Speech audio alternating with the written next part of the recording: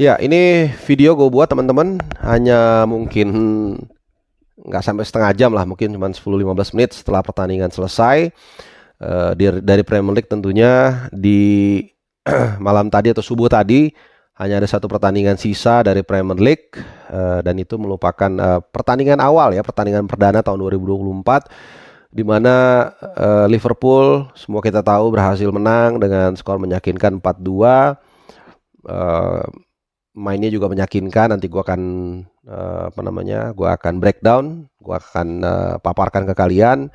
Dan sedikit kita lihat ke klasemen dulu teman-teman ya. Jadi Liverpool selain memang sudah menafiskan sebagai juara paruh musim, dan juga semakin mengokohkan posisinya di puncak klasemen ya. Jadi terpaut 3 angka dari Aston Villa yang ada di peringkat kedua.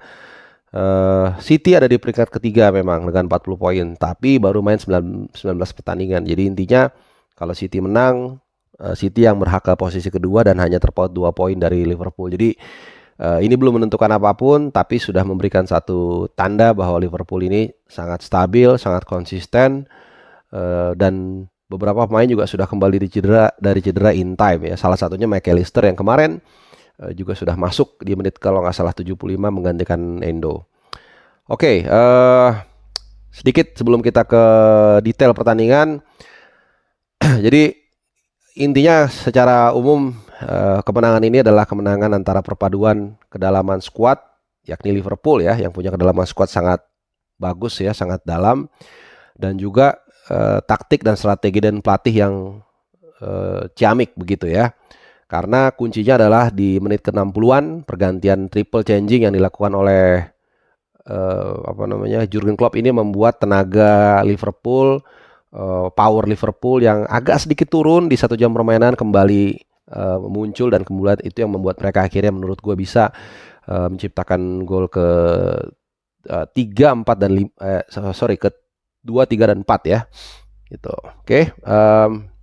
Jadi di menit 60-an itu Klopp memasukkan sekaligus Gakpo, Gravenberch dan Diego Jota. Jadi intinya ada 2 shift lah di lini tengah dan depan Liverpool. Ada dua divisi gitu ya. Satu divisi Nunes sama siapa tadi ya line up-nya ya, sama Luis Diaz, dan ada divisi Diego Jota sama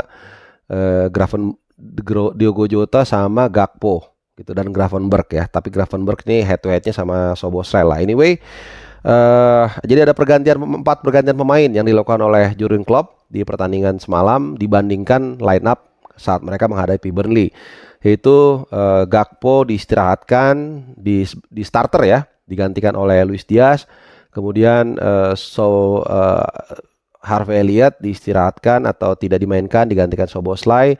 Gravenberch digantikan Curtis Jones, dan di belakang ada satu pergantian atau perubahan, bukan pergantian, ada perubahan, yaitu Quansah digantikan oleh Ibo Konate. Jadi 4 pergantian pemain dibandingkan laga sebelumnya menghadapi Burnley. Sementara di Newcastle ya, karena mereka nggak punya banyak pilihan, hanya Livramento yang masuk di sisi kanan pertahanan The Magpies menggantikan Trippier yang nggak ada di bangku cadangan sekalipun. Gak ngerti, mungkin akumulasi kartu kuning atau mungkin cedera, mungkin kalian lebih tahu.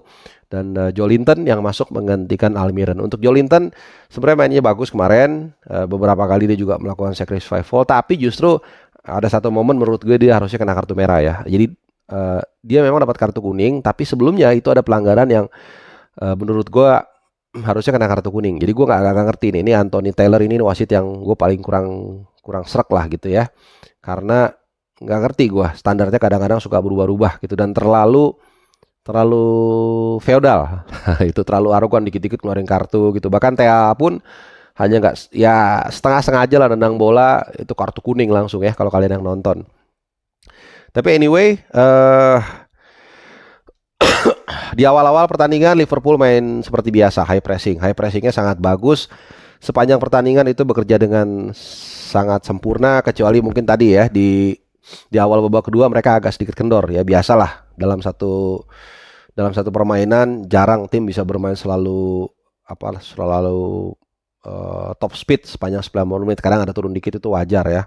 Kecuali selalu gue bandingkan dengan Barcelona di tahun 2010-an ya, itu perfect banget bahkan satu musim. Nah, kemudian eh ada satu momen ya sebenarnya, gol dari Luis Diaz di menit ke-17 tapi dianulir karena offside. Tapi sebenarnya dari awal-awal udah kelihatan ya bagaimana kreativitas Liverpool. Nah, ini yang nggak dipunyain sama Arsenal ya, karena gue baru bikin video kemarin gue Arsenal dan gue singgung soal kreativitas. Eh, Li- Maaf, kalau ngeliat Liverpool itu walaupun babak pertama 0-0, kalau gue ngeliatnya nggak khawatir. Kalau mungkin kalian fans Liverpool juga, karena banyak variasi dan kreativitas yang diciptakan oleh para pemain Liverpool ya, dari lini tengah, dari samping, dari bahkan belakang. Mereka selalu punya banyak kombinasi yang kadang-kadang membuat lawan juga pusing, dan ini tercermin dari beberapa ancaman yang diciptakan oleh Liverpool, termasuk tadi golnya Luis Diaz yang dianulir. eh, Kemudian juga ada peluang dari Trent Alexander-Arnold. Jadi mereka juga intinya punya banyak opsi ya dalam melakukan tekanan ya. Ini di menit ke-39 gue mencatat ada sebuah tendangan yang gokil banget dari TAA dari sisi kanan. Jadi ada bola tanggung dihantam langsung, tapi kena tiang gawang Dubravka ya. eh itu mengingatkan gue dengan gol Roberto Carlos tahun 98 ya, udah lama banget, ke gawang Tenerife. Kalian bisa bisa googling YouTube, kalian lihat deh golnya Roberto Carlos ke Tenerife tahun 98. Itu mirip, tapi Roberto Carlos dari kiri ya, agak agak sedikit beda shape-nya, tapi mirip lah gitu ya, jadi dihajar langsung. Cuman bedanya Carlos golin, kalau si Thea ngegolin ya. Mungkin kalian nggak tahu, ada yang belum lahir kali tahun 98 ya. Nah, anyway, eh babak pertama 0-0, oke. Tapi babak kedua kemudian eh ya Liverpool apa ya? Usaha tidak mengkhianati hasil. Liverpool unggul melalui gol Mohamed Salah, dan ini lagi-lagi diawali dari pergerakan Endo ya. Jadi dua pemain yang bekerja sama di gol pertama Liverpool ini nanti akan akan absen ya di pertandingan berikutnya, karena membela Piala Afrika dan Asia. Liverpool tuh akan main lawan kalau di FA Cup nggak usah kita hitung lah, nanti Liverpool dan Arsenal. Nanti lawan Fulham tanggal 11 Januari udah pasti nggak ada Endo sama Salah.